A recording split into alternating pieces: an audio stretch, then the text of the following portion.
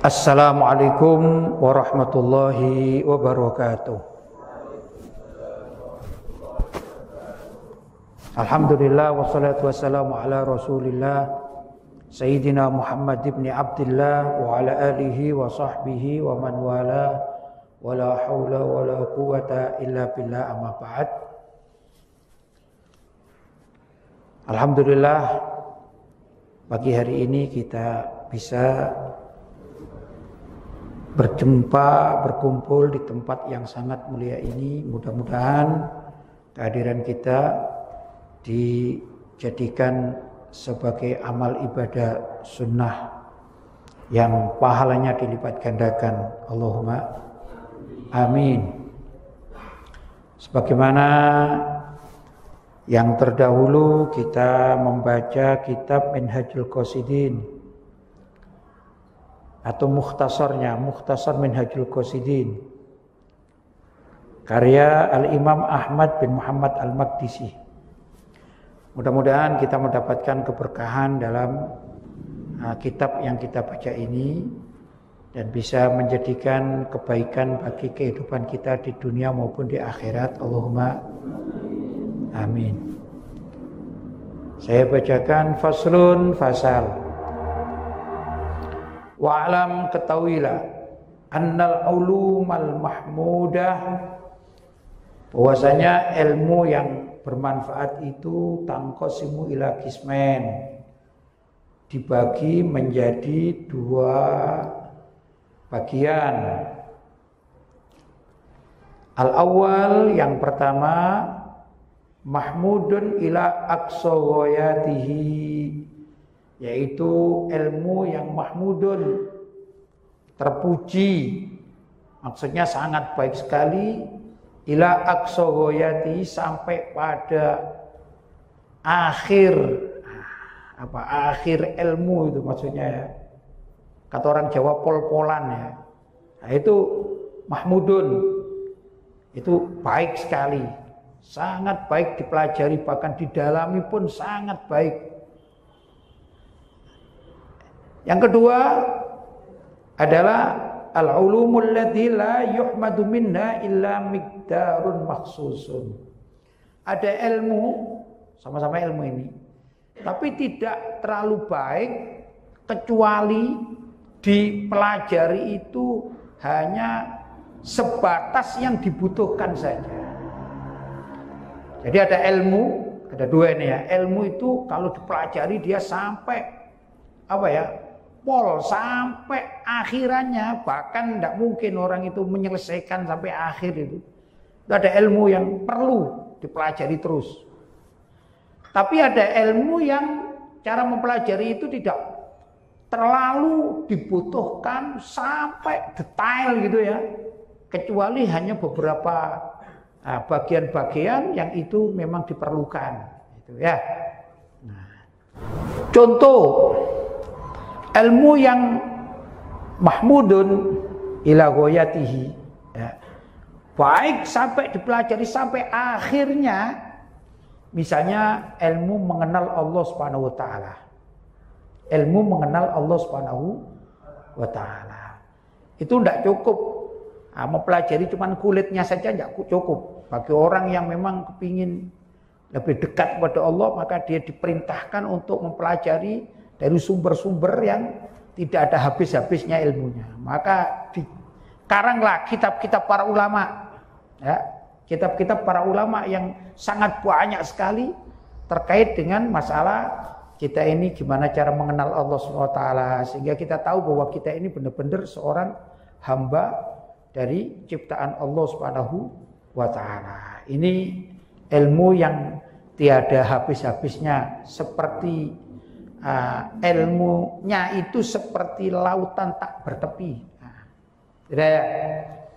Tapi ada ilmu yang hukumnya fardu kifayah. Hukumnya fardu kifayah. Maka yang diperlukan adalah sebagian orang saja yang sangat mendalami, yang lain tidak begitu perlu untuk mendalami. Ya. Tapi yang tidak begitu mendalami itu ya ngikut aja kepada yang ahlinya. Contoh misalnya ilmu untuk merawat jenazah. Ya. Itu tidak semua orang dituntut untuk merawat jenazah, tidak begitu. Tapi ada sekelompok orang yang dituntut untuk memperdalami itu, sedangkan yang lain cuma ngikut. Begitu, ya. Ini namanya ilmu yang fardu kifayah. Ya, intinya ilmu yang mahmudun tadi ya. Ilmu yang mahmudun ila aqsa ghayatihi, ilmu yang sangat terpuji sampai pada akhirannya itu adalah ilmu-ilmu yang bila diamalkan menjadi fardhu ain. Ya. Contohnya sholat kan gitu, yang menghadap Allah SWT dengan cara yang khusyuk itu kan harus kan? Ya. Dan itu tidak ada habis-habisnya itu. Dipelajari dengan ilmu, dengan kitab-kitab yang besar manapun tidak ada habisnya. Tapi kalau misalnya urusan pembagian waris, ya, maka secara umum masyarakat ya mengikut yang mengerti gitu aja, karena itu namanya fardu kifayah. Ya. Fardu kifayah, ya. Termasuk juga ilmu cara untuk memandikan mayit. Contoh ini ya, kalau ada orang meninggal di suatu kampung gitu ya, apakah seluruh kampung itu ikut memandikan? Enggak kan? Ya cuman orang yang mengerti, ada satu tim begitu ya. Ada ustadz yang mengerti di situ, ini bertugas. Mungkin yang ngerti cuma satu ustadz, tapi dia bisa mengarahkan, ini loh begini caranya memandikan mayat sampai benar-benar tuntas sesuai dengan ilmu yang difahami oleh sang ustadz tadi. Adapun yang lain-lain cukup mengikut. Bagaimana Pak Ustadz? Oh begini ya sudah. Namanya fardu kifayah. Ya, itu namanya dikatakan bagian yang kedua. Nah, saya bacakan al-awwal yang pertama, mahmudun ila aqsa ghayatihi, yaitu ilmu yang terpuji, maksudnya dianjurkan ila aqsa ghayatihi untuk mempelajarinya sampai detail sekali. Wa kullama kana aktsar kana afdalu wa ahsan. Dan setiap kali ilmu yang ini, yang pertama ini, aktsar itu menjadi banyak dipahami, kita memahaminya semakin banyak, ya. Karena afdal wa ahsan, maka ilmunya itu menjadi sangat afdal dan wa ahsan. Begitu. Ya, seperti ilmu akhlak. Ya, kayak gini-gini ini kan namanya ilmu akhlak, ya. Akhlak itu dalam bahasa lain tasawuf, dalam bahasa lain, ya. Nah, kalau akhlak biasanya orang itu mengatakan ini akhlak berkaitan dengan adab sopan santun. Nah, umumnya adab sopan santun itu yang kasat mata adalah adab sopan santun dengan sesama manusia, khususnya sesama umat Islam. Tapi kalau dikatakan tasawuf itu umumnya orientasi masyarakat mengatakan itu adalah adab sopan santun terhadap Allah Subhanahu wa taala. Jadi yang namanya tasawuf adalah ilmu adab, ilmu akhlak, ya. Hubungan antara seseorang dengan Tuhannya, maka di situ ada ilmu tasawuf. Nah, kalau ada orang atau kelompok yang anti ilmu tasawuf, berarti kelompok yang tidak punya adab terhadap Allah Subhanahu wa taala sebagai Tuhannya, begitu maksudnya.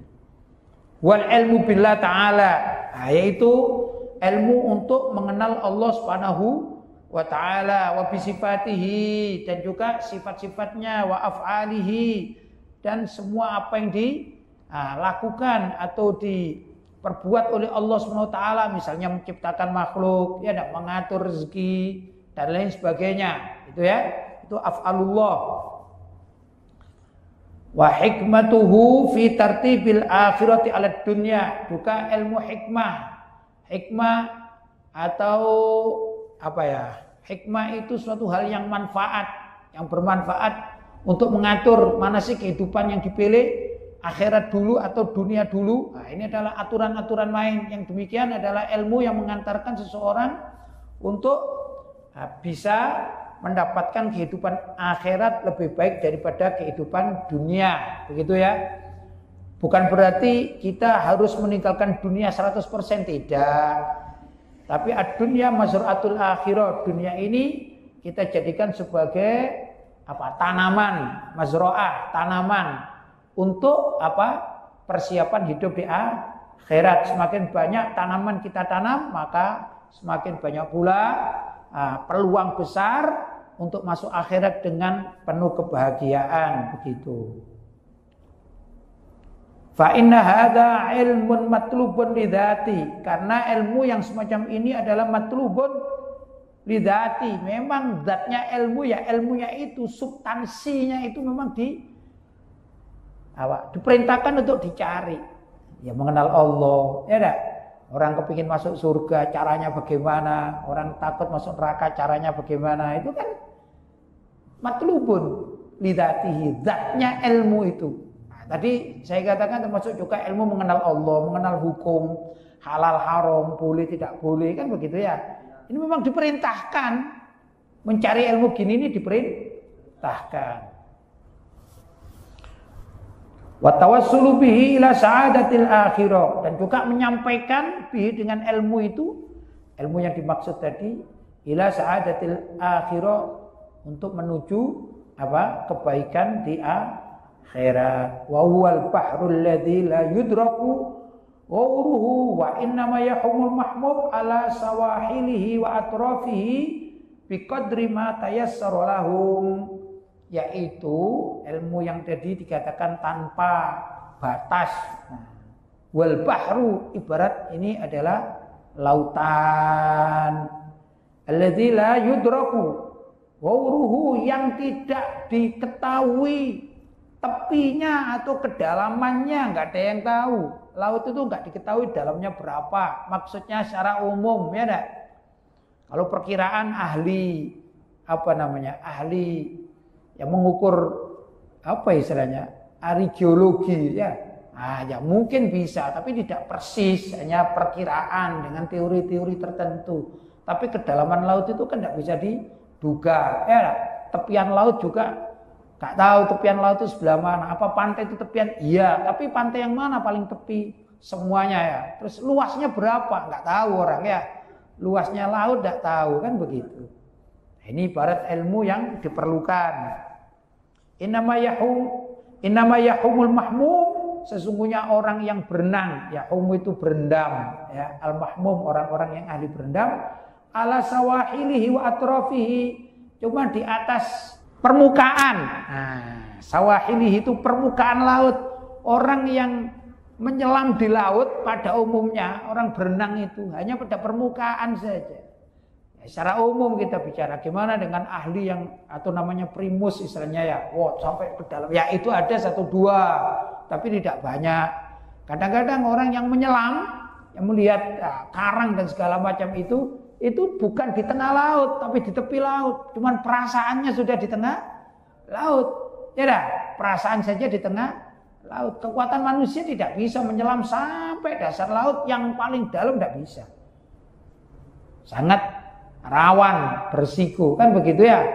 Tapi kadang-kadang misalnya kalau dihitung dari tepian itu kedalamannya sana 50 meter ke dalam sana, kemudian dia menyelam.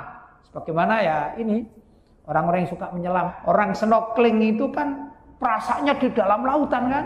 Padahal kalau dihitung dari tepian sampai orang yang snorkeling itu berapa meter ya tepian? Paling 50 meter, 100 meter. Luasnya lautan berapa meter? Ya ribuan meter kan gitu. Ya, itulah.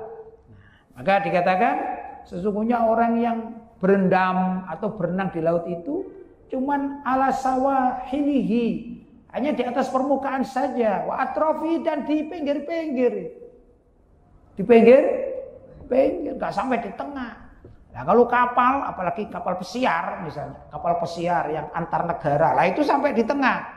Kira-kira berani enggak yang berada di kapal, awak kapalnya itu kemudian begitu di tengah-tengah betul, misalnya laut bebas, kemudian terjun, berani enggak kira-kira?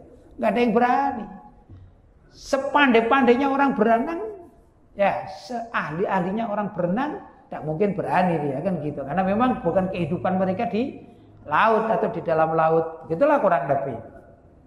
Biqadri ma tayassara lahum, sesuai dengan kadar kemampuan bagi setiap orang. Maksudnya ilmu yang terkait dengan fardu ain itu hendaklah dipelajari sedalam-dalamnya bagi orang yang mampu. Ya enggak? Enggak juga bagi jamaah pengajian. Ini kalau mampu ya terus sampai akhir hayat hadir pengajian. Nah, itu begitu ya. Walaupun ada yang seminggu sekali, ada yang sebulan sekali, ada yang tiap hari, tapi mendengar. Nah, ini juga namanya dia mencari ilmu sampai kapan? Ya sampai mati biasanya. Apakah ada tepian ilmu? Enggak ada tepian ilmu. Kita para ulama ya masih banyak ya yang belum dikaji. Demikian juga para santri ini. Para santri apakah cukup mengaji cuma 6 tahun habis itu saya mau bekerja. Kenapa? Sudah hatam ilmunya. Apa ada begitu? Ya enggak ada. Jangankan gitu. Ulama-ulama itu ya. Ulama-ulama itu kalau semakin mempelajari ilmu, semakin mempelajari kitab-kitab, semakin merasa ketinggalan. Oh ini belum paham. Oh ini tambahan. Oh ini begitu terus. Ya, mungkin ada seorang yang alim hidupnya 60 tahun, baca kitab saja, tapi tidak selesai-selesai itu. Ganti lagi kitab, baru lagi pembahasannya. Ya seperti orang berenang di laut. Ya, orang berenang di laut itu nggak ada tepiannya. Kalau ada orang misalnya tadi terjun dari kapal yang di tengah lautan, itu kalau berenang itu nggak sampai-sampai. Kapan ini saya sampai di tepian? Susah. Ya, begitulah kurang lebih orang belajar ilmu. Jadi sangat keliru kalau orang berasumsi atau berpikiran bahwa saya sudah selesai belajar ilmu, jadi tidak perlu lagi baca kitab, tidak perlu lagi mendengarkan pengajian, selesai. Itu sangat salah. Khususnya adalah ilmu yang berkaitan dengan fardu ain. Ya, yang kedua adalah adzani al-ulumul lati la yu'matu minna illa miqdarun makhsusun, yaitu ilmu yang tidak dianjurkan untuk dipelajari, maksudnya kecuali hanya sesuai dengan kadar yang tertentu yang sangat dibutuhkan. Apa itu? Yaitu ilmu fardu kifayah. Ya. Wa yalladzi dzakarnaha min furudil kifayat, yaitu sebagaimana yang kita sebutkan dalam kefardu-farduan kifayat. Apa itu fardu kifayat? Fardu kifayah adalah fardu yang bila mana sudah dikerjakan oleh sebagian orang, maka sebagian lain tidak berdosa. Ya. Kalau fardu ain adalah setiap orang wajib mempelajarinya, tidak bisa diserahkan kepada pemahaman orang lain. Kalau fardu kifayah adalah ilmu yang maksudnya ilmu dunia aja juga fardu kifayah, ilmu akhirat ada fardu kifayah, ada sama-sama ada ya. Yaitu ilmu yang bila mana telah dipelajari oleh sebagian orang, maka sebagian yang lain sudah gugur kewajibannya. Misalnya kewajiban fardu kifayah seakan-akan duniawi tapi ini mengandung ukhrawi. Apa itu? Ilmu pertukangan membangun masjid. Ilmu pertukangan membangun masjid. Di suatu desa atau wilayah itu wajib ada masjidnya bila mana ini? Di situ ada mustautin, orang yang menetap dari kalangan orang laki-laki paling tidak 41 orang lah. Kenapa kok 41 orang? Iya, jumlah imam atau khotib sekaligus makmum dalam sholat Jumat. Nah, kalau misalnya di kampung itu nggak ada sama sekali tukang atau penanggung jawab pertukangan, walaupun nggak ada tukang tapi bisa mendatangkan tukang dari kampung lain. Ya, begitu sudah ada jamaah 41 orang, kok tidak membuat masjid, maka seluruh kampung itu dosa, seluruh desa itu dosa. Tapi kalau ada satu orang nih, yang dia tegas dan dia bisa mengatur, memanage, walaupun dia bukan tukang, dia tidak bisa bikin adonan lolo itu tidak bisa, adonan semen tidak bisa. Tapi dia bisa memanage, dia mendatangkan tukang dari luar maksudnya luar wilayahnya, ya dah, sampai dia bisa mendirikan masjid di situ dengan aturan-aturan. Kan ada aturannya bikin masjid. Misalnya pengimamannya harus menghadap kiblat. Kalau nggak tahu aturan gimana nanti? Pengimamannya membelakangi kiblat kan lucu jadinya, ya dah. Ini namanya fardu kifayah.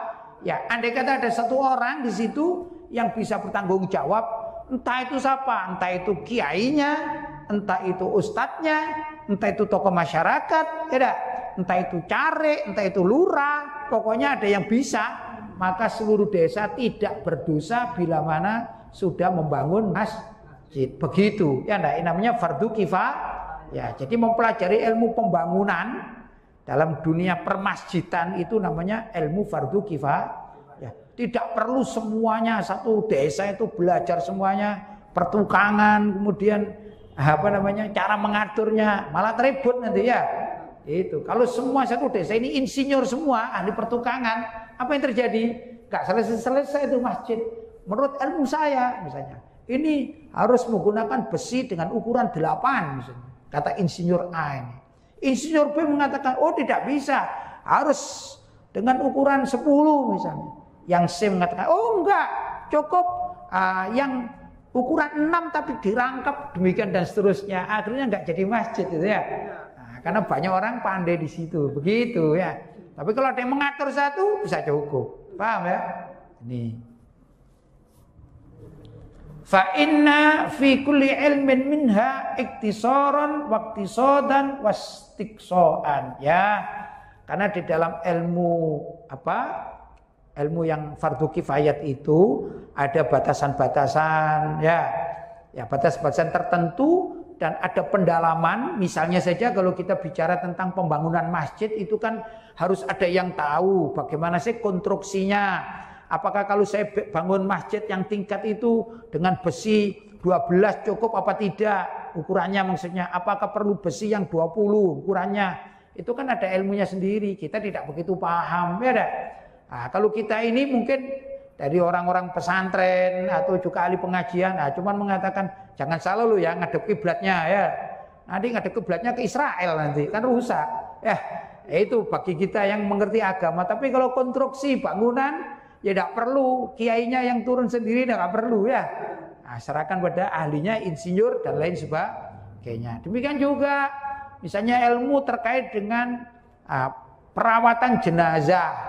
Itu perawatan jenazah itu orang-orang yang umumnya ini ya.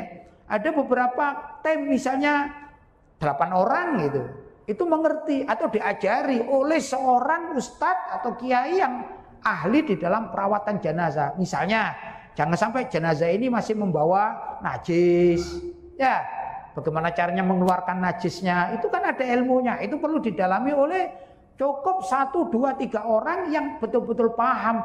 Adapun yang lain-lain, cuman ayo digotong, ya sudah digotong mayatnya, ya dah. Ayo dilepas. Ini airnya mana? Ya sudah disediakan airnya. Oh, minta bahan-bahan. Ada beberapa ya, minta bahan-bahan agar mayatnya ini tidak cepat bau misalnya ya dah. Oh ini ada ranjang, ditaruh di atas ranjang, tapi di bawahnya ini perlu dikasih air. Biar apa kasih air? Seperti ada mangkok itu ya. Lu apa? Yang nggak ngerti apa ini kok mayat kok dikasih mangkok? Ya, emangnya suruh makan bakso apa mayatnya? Ya enggak. Itu maksudnya dikasih mangkok, kasih air biar apa sih? Tanyain, Pak, biar apa? Biar tidak dikerubutin semut. Oh begitu. Nah, ini ada yang ahli. Adapun yang orang-orang lain, orang awam, biasanya orang kampung, ya cuma melihat. Nah nanti tatkala waktunya sholat baru orang kampung ikut sholat. Tapi ngerawat jenazah, termasuk juga gimana mengkafaninya. Ya, itu ada aturan sendiri. Ini yang wajib dipelajari oleh sebagian orang sampai tuntas. Ini begitu. Ya, sedangkan secara umum ya selesai. Masyarakat umum hanya mengikut. Begitu kurang lebih. Paham ya? Termasuk juga mempelajari ilmu. Semua ilmu baca kitab. Ya, ilmu baca kitab, memahaminya. Itu fardu kifayah. Setiap orang wajib untuk mempelajari ilmu hal. Apa ilmu hal? Ilmu yang dibutuhkan. Mau sholat, belajar ilmu sholat. Tapi membaca kitab gondol, mulai dari belajar nahwu semuanya sampai bisa menghatamkan satu kitab ini, itu cukup kiainya sama ustadz-ustadznya. Loh kalau semuanya, misalnya satu Singosari ini ya, anggap ya, semuanya jadi kiai dan ahli baca kitab, kasihan dia. Apa? Kalau bikin majelis taklim nggak ada yang hadir, apa? Oh yang diajari kiai juga. sudah pinter baca kitab. Jadi gimana? Ya itu majelisnya kosong. Kamu kok gak ngaji? Aku juga kiai, aku pinter baca kitab juga. Lah kamu sama juga. Akhirnya nggak ada yang ngaji kan gitu. Maka memperdalami ilmu sampai detail itu juga fardu kifayah. Tapi setiap orang wajib mengerti ilmu sholat, mengerti bahwa Allah itu Maha Esa, kan begitu. Itu namanya fardu ain. Begitulah kurang lebih ya. Nah, di dunia ini memang Allah SWT memberikan keadilan. Keadilan itu tidak harus sama. Ini perlu ya. Ada orang alim, ada mustami'. Orang alim itu yang mengajarkan ilmu, ada mustami' adalah ada orang yang mendengarkan. Di zaman Nabi yang alim adalah Rasulullah Shallallahu Alaihi Wasallam. Mustami'nya, para pendengarnya adalah para sahabat radhiyallahu taala anhum. Demikian dan seterusnya. Sampai detik ini yang alim ya kasarnya kiainya, mustami'nya adalah jamaahnya. Begitu. Ini namanya adil. Kok adil? Iya, betul adil. Kenapa? Coba misalnya adil urusannya dunia. Maka kalau seluruh dusun atau seluruh kampung, bukan kampung kecil, seluruh desa ini semuanya kaya. Semuanya kaya, sulit hidup itu. Jadi tukang sapu nggak ada sama kayanya kok. Wah apa? Wah ini repot ini. Kita mau beli sabun untuk nyuci. Kata sebelah, kamu gak jualan? Enggak, aku sudah kaya kok. Uang tuh 1 miliar. Ngapain? Itu yang nganggur 1 miliar. Simpenan 1 triliun. Ngapain jualan sabun? Akhirnya kita sama gak ada yang mandi gitu ya. Loh, enggak. Ini saya kepingin bikin toilet sama kamar mandi gitu. Cari tukang, enggak ada tukang di situ. Kenapa? Aku orang kaya. Uangku itu 7 triliun misalnya. Ya enggak? Bukan korupsi loh ini ya, bukan ya. Misalnya kaya betul. Kira-kira ada yang mau jadi tukang? Enggak ada. Maka Allah itu mengatur suatu keadilan dalam suatu daerah, dalam dunia kekayaan itu ada orang kaya, ada orang miskin. Sedang-sedang saja juga ada. Ini namanya keadilan. Karena itu orang kaya butuh orang miskin. Orang kaya itu selalu butuh orang miskin. Kalau tidak ada orang miskin, sulit dia. Wajib bayar zakat. Kesulitan mau bayar zakat. Gak disalurkan dosa. Mau disalurkan semuanya tetangganya. Semuanya sedesa kaya. Wah mau pergi ke desa sebelah kaya juga semuanya. Siapa yang mau nerima? Gak ada. Itulah di dunia ini ada namanya kehidupan yang kaya dan yang miskin. Ada juga yang sedang-sedang. Ya, ini semua karena keadilan Allah Subhanahu wa Ta'ala. Seseorang itu dikatakan seorang dikatakan gemuk kalau ada yang kurus. Betul ya? Seorang itu dikatakan, ini kata ibu-ibu, seorang itu dikatakan cantik atau tampan, mohon maaf, karena ada yang jelek atau kurang tampan, kurang cantik. Betul ya? Seorang dikatakan tinggi kalau ada yang pendek. Begitu dan seterusnya. Seorang dikatakan kaya kalau ada yang miskin. Seorang dikatakan alim kalau ada yang biasa-biasa saja, awam maksudnya ya. Begitulah kehidupan di dunia ini. Bapak-bapak dan ibu-ibu yang dirahmati Allah, mudah-mudahan apa yang saya sampaikan ada manfaatnya dan mudah-mudahan kita jadikan orang yang bermanfaat di dunia maupun di akhirat nanti. Allahumma amin. Itu saja pengajian hari ini. Semoga ada manfaatnya. Wassalamualaikum warahmatullahi wabarakatuh.